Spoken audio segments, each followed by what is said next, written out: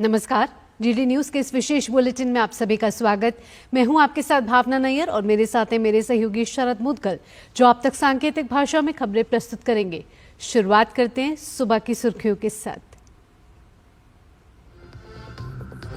प्रधानमंत्री नरेंद्र मोदी और फ्रांस के राष्ट्रपति इमैनुअल मैक्रों आज पेरिस में एआई एक्शन समिट की करेंगे सह अध्यक्षता। मैक्रों के साथ द्विपक्षीय वार्ता भी करेंगे प्रधानमंत्री मोदी।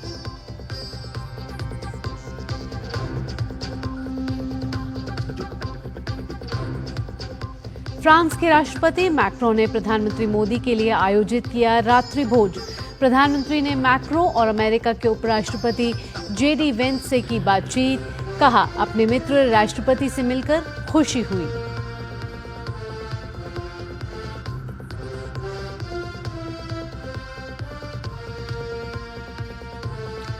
लोकसभा में आज बजट पर चर्चा का जवाब देंगी वित्त मंत्री निर्मला सीतारमण, जबकि राज्यसभा में आज भी जारी रहेगी बजट पर चर्चा।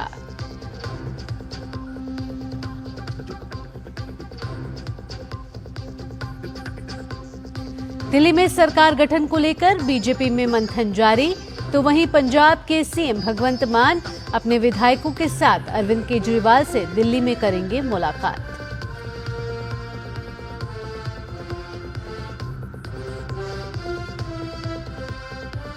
और महाकुंभ में अब तक 44 करोड़ 74 लाख लोगों ने किया स्नान। कल माघ पूर्णिमा से पहले मुख्यमंत्री योगी आदित्यनाथ ने की तैयारियों की समीक्षा। वाहनों और पैदल यात्रियों के लिए यातायात के विशेष इंतजाम।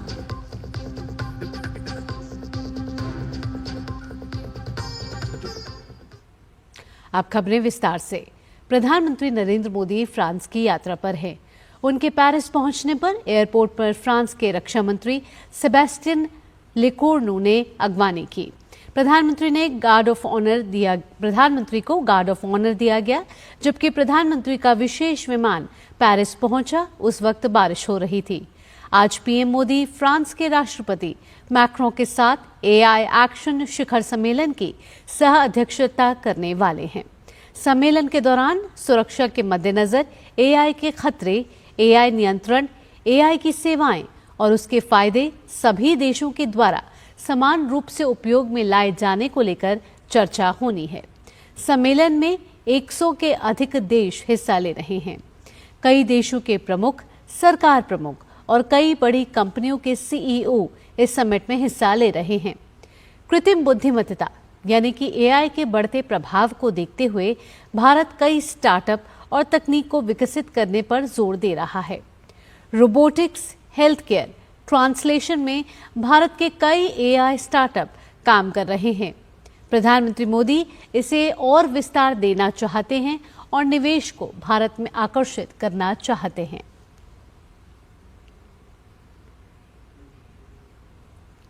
प्रधानमंत्री नरेंद्र मोदी फ्रांस के राष्ट्रपति इमैनुअल मैक्रों द्वारा आयोजित रात्रि भोज में शामिल होने पहुंचे। मैक्रों ने प्रधानमंत्री मोदी का खुले दिल से स्वागत किया। इस दौरान दोनों नेता एक दूसरे से गले भी मिले। पीएम मोदी ने भी इस मुलाकात पर खुशी जताई। फ्रांस के राष्ट्रपति ने एआई एक्शन शिखर सम्मेलन में हिस्सा लेने आए राष्ट्राध्यक्षों और सरकार के प्रमुखों के सम्मान में इस भोज का आयोजन किया था। फ्रांस यात्रा के दौरान प्रधानमंत्री मोदी की मैक्रों के साथ द्विपक्षीय वार्ता भी होगी। पीएम मोदी इस बात को लेकर उत्सुक हैं कि उन्हें राष्ट्रपति मैक्रों के साथ भारत फ्रांस रणनीतिक साझेदारी के लिए 2047 क्षितिज कार्य योजना पर प्रगति की समीक्षा करने का अवसर मिलेगा। प्रधानमंत्री मोदी फ्रांस में पहले भारतीय वाणिज्य दूतावास का उद्घाटन करने के लिए ऐतिहासिक शहर मार्सेले की यात्रा भी करेंगे और अंतर्राष्ट्रीय थर्मोन्यूक्लियर प्रायोजिक रिएक्टर परियोजना का भी दौरा करेंगे। इसके अलावा प्रथम और द्वितीय विश्व युद्ध के दौरान अपने प्राणों की आहुति देने वाले भारतीय सैनिकों को मजारग्यूज युद्ध समाधि स्थल में श्रद्धांजलि भी अर्पित करेंगे।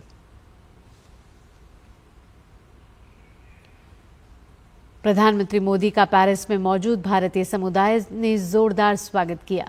प्रधानमंत्री मोदी की यात्रा को लेकर पेरिस में भारतीय समुदाय के लोगों में जबरदस्त उत्साह देखने को मिल रहा है।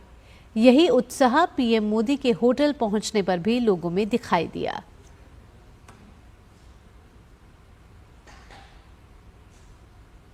बेंगलुरु के येलहंका एयरफोर्स स्टेशन पर चल रहे एरो शो में आज रक्षा मंत्री राजनाथ सिंह भारतीय वायुसेना की ओर से आयोजित सेमिनार को संबोधित करेंगे। इस सेमिनार का विषय है हवाई युद्ध के लिए मानव रहित टीमें, अवधारणा से लक्ष्यीकरण तक। रक्षा मंत्री डीआरडीओ की ओर से आयोजित सेमिनार को भी संबोधित करेंगे। इस सेमिनार का विषय है डीआरडीओ उद्योग का तालमेल विकसित भारत की ओर। रक्षा मंत्री राजनाथ सिंह रक्षा मंत्रियों के सम्मेलन की मेजबानी भी करेंगे।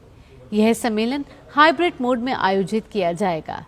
इसके अलावा एयर शो में कई आधुनिक फाइटर जेट और ड्रोन तकनीक देखने को मिलेगी।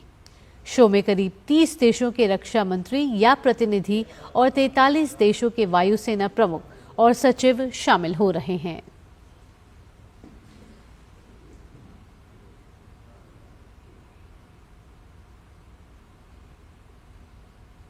दिल्ली के यशोभूमि कन्वेंशन सेंटर में आज से 14 फरवरी तक इंडिया एनर्जी वीक 2025 शुरू होने जा रहा है। केंद्रीय पेट्रोलियम और प्राकृतिक गैस मंत्री हरदीप सिंह पुरी ने कहा है कि इंडिया एनर्जी वीक का यह तीसरा एडिशन दिल्ली में होने जा रहा है। यह कार्यक्रम परंपरागत एनर्जी को लेकर सोच बदल देगा।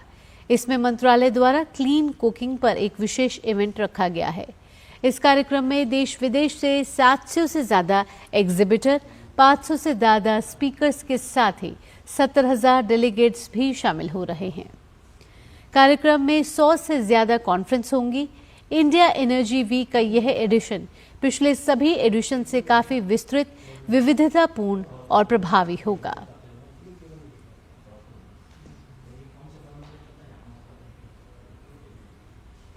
संसद के बजट सत्र का आज 8वां दिन है। आज लोकसभा में बजट 2025-26 पर चल रही चर्चा का वित्त मंत्री निर्मला सीतारमण जवाब देंगी। वहीं राज्यसभा में बजट पर कल से शुरू हुई चर्चा को आगे बढ़ाया जाएगा।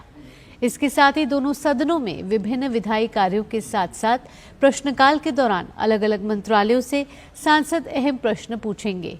इसके साथ ही शून्यकाल के दौरान लोकहित से जुड़े विभिन्न मुद्दे उठाए जाएंगे। आपको बता दें कि इस वक्त संसद के बजट सत्र का पहला भाग चल रहा है। ये भाग गुरुवार 13 फरवरी को समाप्त होगा। इसके बाद सदन की कार्यवाही अगले महीने 10 मार्च से शुरू होकर 4 अप्रैल तक चलेगी।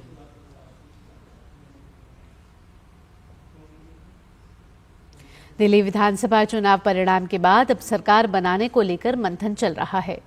बहुमत हासिल करने के बाद भारतीय जनता पार्टी में विधायकों और शीर्ष नेतृत्व के बीच बैठकों का दौर जारी है। दिल्ली में हुए विधानसभा चुनाव में 70 में से 48 सीट जीतकर भाजपा लगभग 27 साल बाद सत्ता में वापसी की तैयारी कर रही है। भाजपा विधायक लगातार एक के बाद एक बैठकें कर रहे हैं।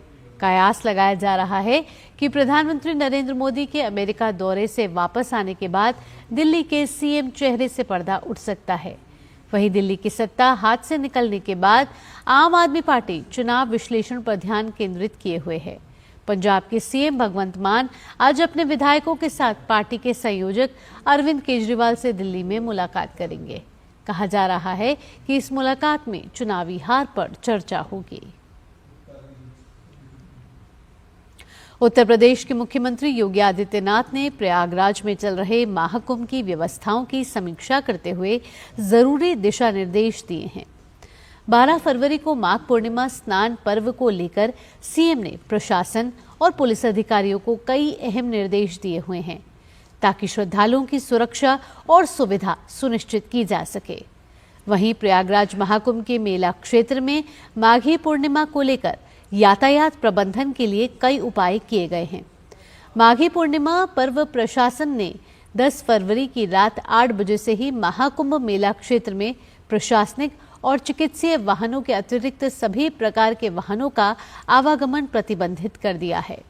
ये प्रतिबंध 13 फरवरी की रात 8 बजे तक जारी रहेगा। प्रशासन ने श्रद्धालुओं की सुविधा के लिए अलग अलग रूट से आने वाले श्रद्धालुओं के लिए 36 पार्किंग स्थल बनाए हैं।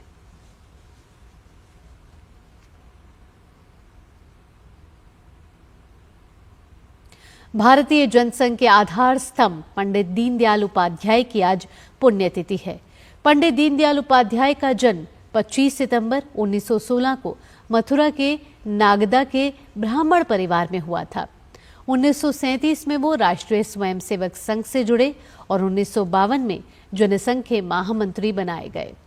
दीनदयाल उपाध्याय की पुण्यतिथि बीजेपी समर्पण दिवस के रूप में मना रही है। बूथ स्तर पर पुष्पांजलि कार्यक्रम आयोजित किए जाएंगे और स्वैच्छिक समर्पण राशि एकत्र की जाएगी। इस अवसर पर बीजेपी के राष्ट्रीय संगठक वी सतीश पंडित दीनदयाल उपाध्याय को पुष्पांजलि अर्पित करेंगे।